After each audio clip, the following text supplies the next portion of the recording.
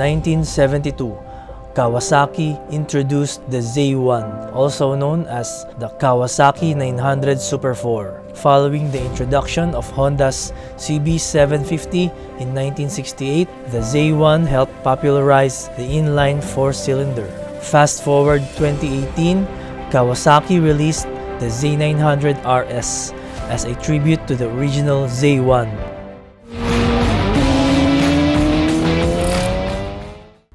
Hi guys! Our bike review for today is this Kawasaki Z900RS Cafe.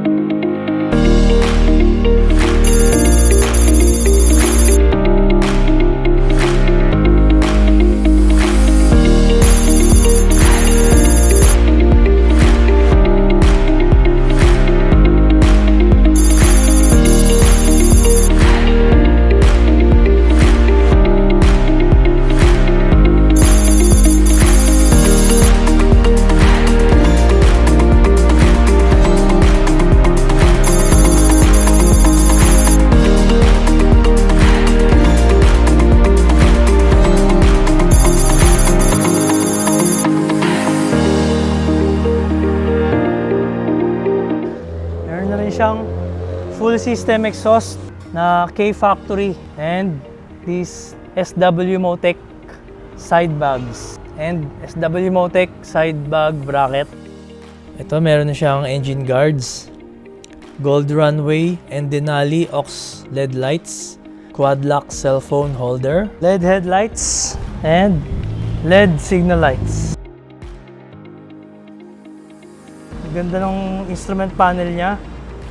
Analog pa rin for that retro look. Ito yung tachometer niya, ito yung speedometer, analog dial. Pero yung kanyang fuel gauge and temperature digital na. Pati yung odometer, meron siyang clock. Meron din siyang traction control. And guys, yung seat height niya, demonstrate ko sa inyo kung gaano siya kataas. Ayan. So yan guys, tiptoe tayo. As you can see, dahil malapad yung front seat sa part na to, kaya nakabuka yung legs natin. And guys, ang view from the back. So yung height ko guys is 5'5". So makikita nyo yung ano itsura sa isang 5'5". Pero magaan lang naman siya, kaya okay lang, kayang-kaya naman.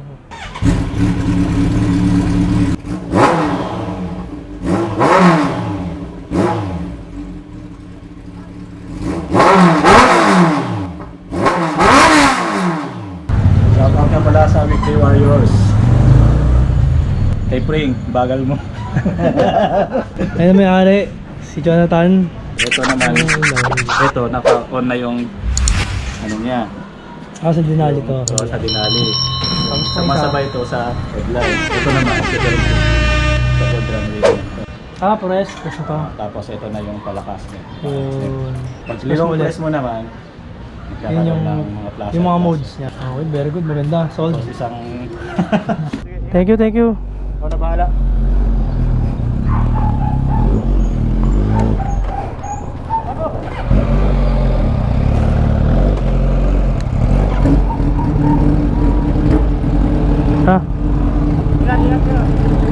Sir.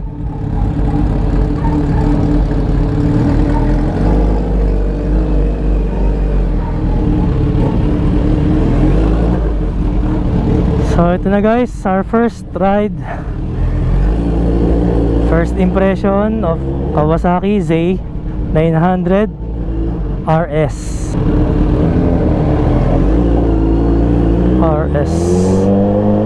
Cafe. Okay, ganda ng seat, malambot. Yun ang gustong gusto natin yung malambot na seat.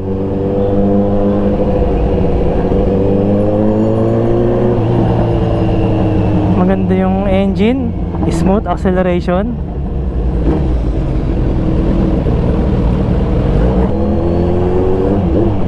Ang ganda ng sound. Ang ganda naman pala yung sound ng exhaust.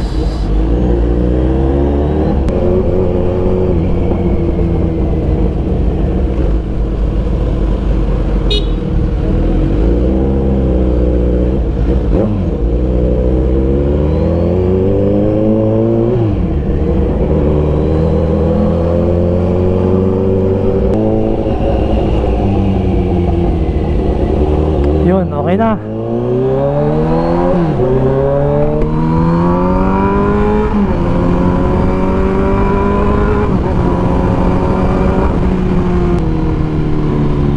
Aba, magaan naman pala siya gamitin. Ang kala ko naman kasi mabigat. So yun guys, first impression ko dito, magaan naman pala siya. Ang dali lang niya i-drive ah. Maganda yung suspension, malambot ang seat. Ganda yung clutch niya, malambot yung clutch niya.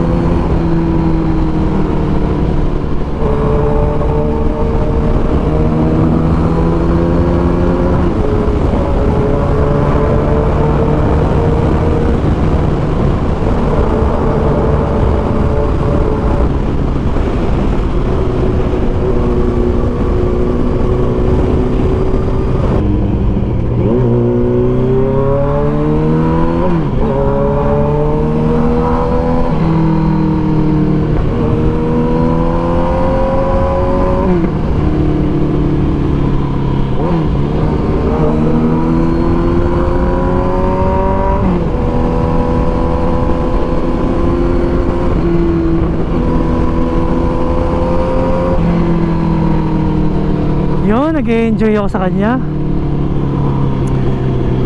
Grabe guys, nag-enjoy ako. Hindi ko expected to eh.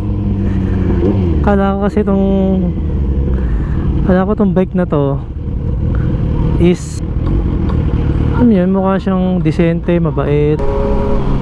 Hindi siya mabigat. Magaan pala siya pag tumatakbo na. Ang gaan ng handling niya. Mukha kasi siya mabigat eh. Kapag nakapark, mukhang ang laki-laki niya eh. Mukhang bulky at mukhang mahaba, pero magaan pala siya, magaan. Tapos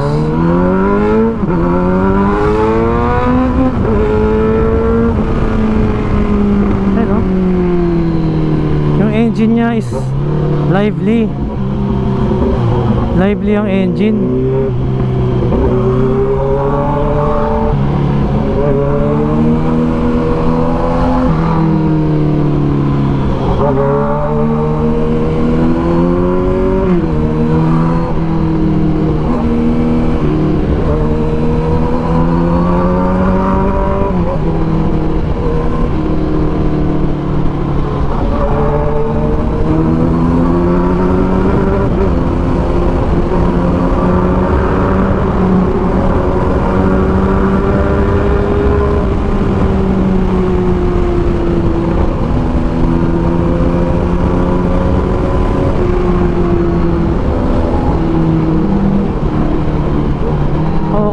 Okay.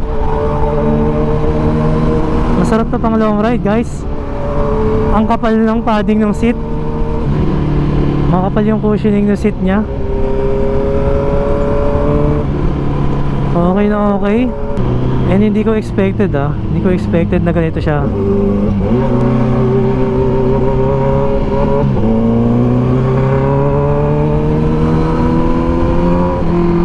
Paano mo ba malalaman kung para sa'yo ang isang motorcycle or kung maganda ang motorcycle na to? Unang-una, pag sakay mo pa lang, yung nakaka-relate ka na, yung parang at home ka dun sa motor na sinakasakyan mo. I mean, yung ergonomics niya, yung power niya, yung comfort niya, pati weight niya, gusto mo. Parang first time ko sinakyan, pero parang kilala ko na siya kagad eh.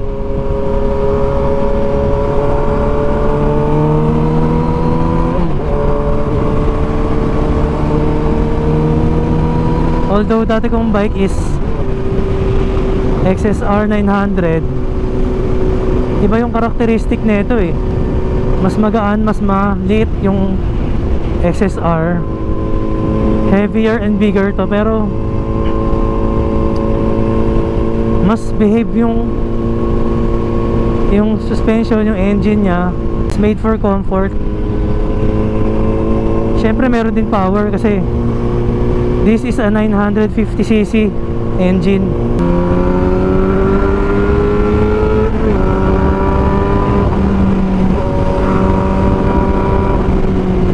Sobrang comfortable, parang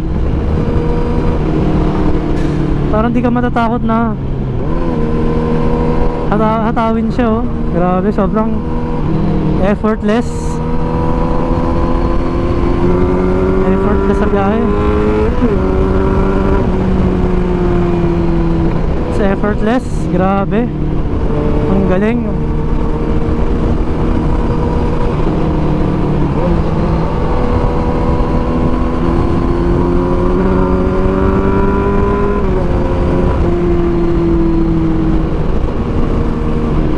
Sobrang smooth nung engine nya. Wala akong nararamdamang vibration sa kamay ko. Sobrang refined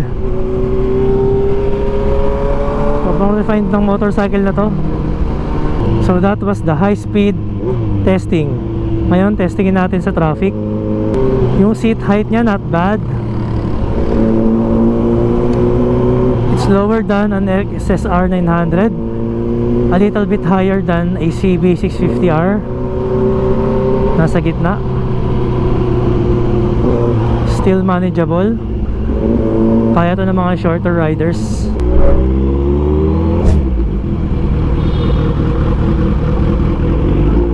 Comparing to my Honda CB 650R and Yamaha XSR 900, the CB 650R has a modern look, lower seat height, and is more suitable for beginner riders. The XSR 900 is the rugged retro naked with a more sporty behavior, which gives a burst of torque in low RPMs, but not too comfortable on long rides. The Z900RS is comfortable, powerful, and fuel efficient. It handles well in the corners, easy to maneuver in traffic. For its price at $645K, it's a bargain. If you dig the classic cafe racer look with many safety electronic features, then you will surely enjoy this bike. Shout out June Christopher Balangatan, The Doctor, Bern Anthony Epe, Von Calabio, Sean Paul Balatbat, Freud Mata, Edward Santiago, and Marcus Vlog. And finally, shout out kay brother Jonathan Soniega, the owner of the Z900RS Cafe. Salamat sa pagpapahiram ng big bike sa amin for this review. Thank you, bro. Guys, more bike reviews coming soon. Sa mga bago pa lang sa channel, please subscribe. Thank you for your support, guys. Thanks for watching. This is Kenji Moto signing out. Bye.